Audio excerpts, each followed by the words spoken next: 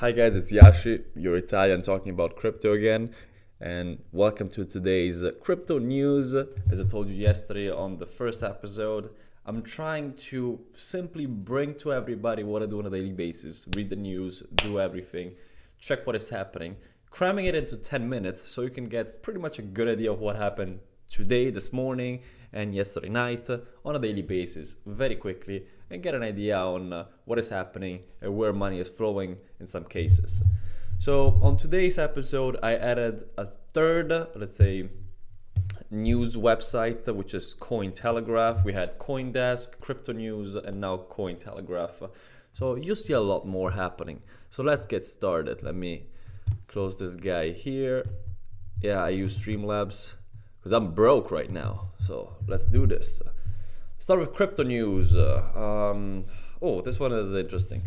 Western Union, one of the most questionable, let's say, financial transaction websites out there, to launch a crypto token. Here's what you need to know.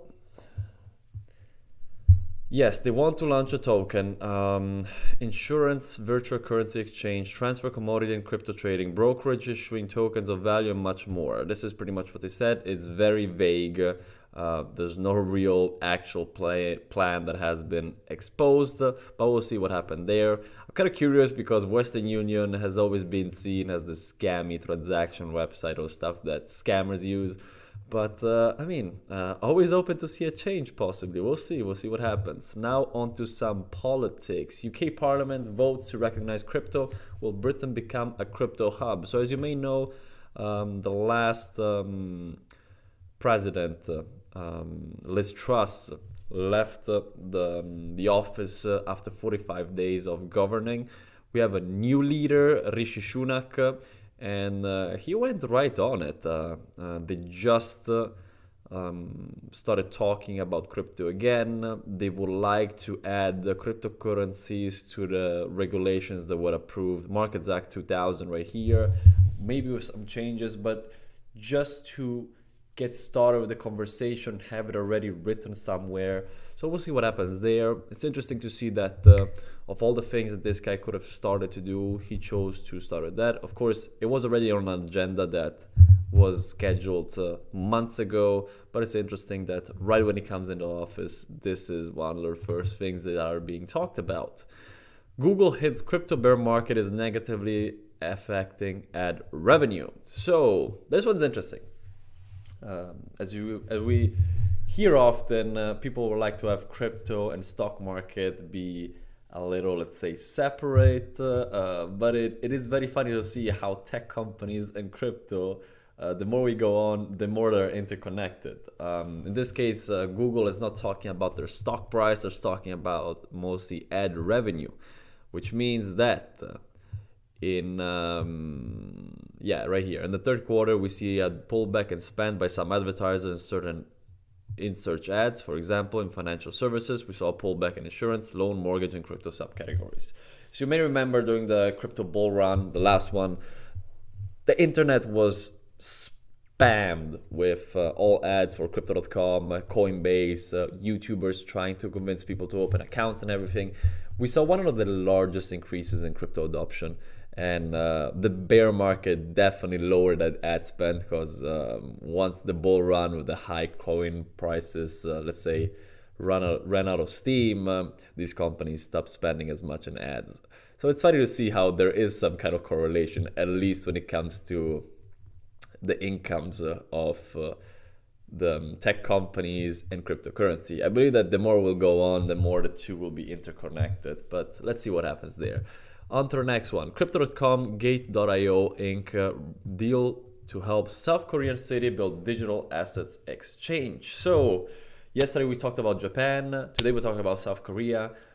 We have private companies again working with the governments to build something together. Very interesting. The deal followed on the heels of similar agreements penned by the city in recent months with fellow crypto exchanges, heavy hitters, Binance, FTX, and Huobi. So very interesting to see. Of course, nothing has been built yet, but we have the talks, which is interesting. SEC crackdown on crypto market industry,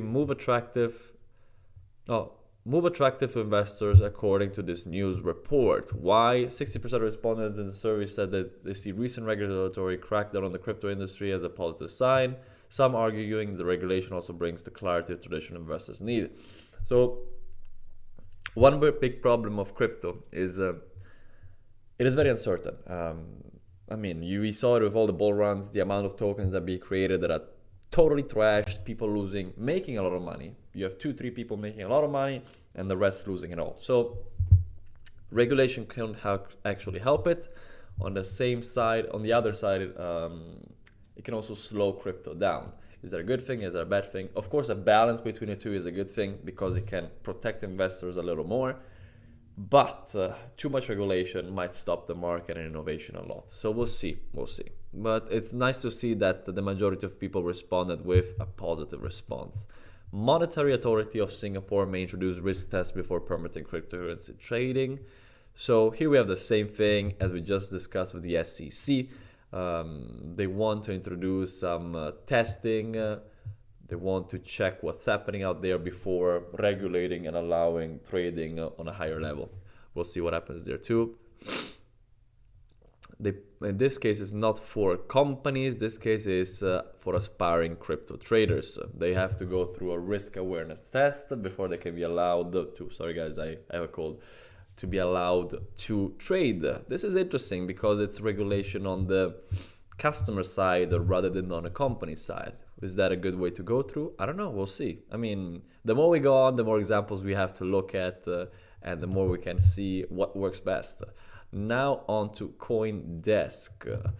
First article comes out as the Core Scientific says it may run out of cash this year. The world's largest Bitcoin miner said it will not make payments that are due in the next few days as the reserves dwindle. That's bad news. One of the largest, let's say, representatives of Bitcoin running out of money. Not really good. I mean, we got to a level where Bitcoin mining became more expensive than profitable. So this sort of makes sense. If the crypto market would boom again, hopefully soon, maybe these guys will be able to take the statement down and survive and give back money to investors that want to take out the money. Bear market didn't slow institutional interest in crypto, says Fidelity survey. The fourth annual studies show that 74% of institutional investors want to purchase crypto in the future. They're not talking about now, but 74% is a lot. So 74% of institutions, that's a lot. That's 7 out of 10 institutions. I mean, the question is how many people were interviewed, but still a very good number. So this means that although right now is a bad time, although in theory it is a very good time because it's cheap, we still have a lot of institutional interest. The question is, what will these guys do? Will it be just a copy-paste version of the stock market where everything is regulated by them? When I say regulated, controlled, I don't know. We're going to see. Dogecoin soars as Elon Musk Twitter deals near completion. Billionaire entrepreneur is supposed to close his purchase through a social media platform on Friday. Are people helping Elon Musk to buy Twitter? I don't know. Fact is, this is interesting. It's funny that whatever he does, he affects one of his favorite cryptocurrencies. It's funny again how tech CEOs, influential people can affect the market without actually, in this case, he didn't mention anything about Dogecoin. So this is very interesting. Now on to Cointelegraph. Kazakhstan to build central bank and digital currency on BNB chain. You know exactly what I was thinking of. Was it Borat Kazakhstan? I don't know. It was funny. Official Kazakhstan continued to close relationship with Binance as the national plans to integrate CBDC on the BNB chain. So Kazakhstan wants a CBDC and they want to build it on a BNB chain, which I love because I love the BNB chain. I love the BNB chain. So very happy to hear this. CZ Binance mention it too. So big news. This probably will be seen by a lot of people. And again, adoption by governments. Really happy about it. NFT vending machine to make digital art more accessible at London event. We saw the Bitcoin vending machines. Not vending machines, ATMs. This is probably, I guess, the equivalent for NFTs. Very interesting to see. London event scheduled November 2 to 4. If I see some pictures, I will post it on the updates during those days. Last but not least, this is something that I saw across all the article platforms. Phishing scammer Monkey Drainer, the guy that stole a few Bored Ape Yacht Club, has pilfered as much as 1 million in ETH. They found the addresses. We have the 4 addresses of this guy. And this seems to be a general issue. This guy has been scamming for a while, and he also pops up on CoinDesk right here. Phishing scammer. Here says 3.5 million. Monkey Drainer, same guy. So maybe they're focusing on different transactions. Anyway, this guy's a big problem, especially because he stole entire NFTs. That's a lot. That's a lot, pretty bad. We always have these bad news here.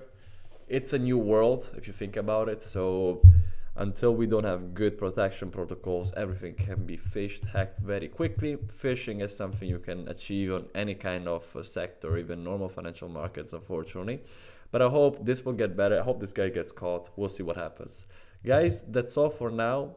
Still trying to figure out how to integrate also some charts and stuff just to give a daily brief on what's happening also on a volume and financial side. But let's see what happens. If you have any questions, please leave a comment. If you like what I'm doing, please subscribe. See you tomorrow. Ciao.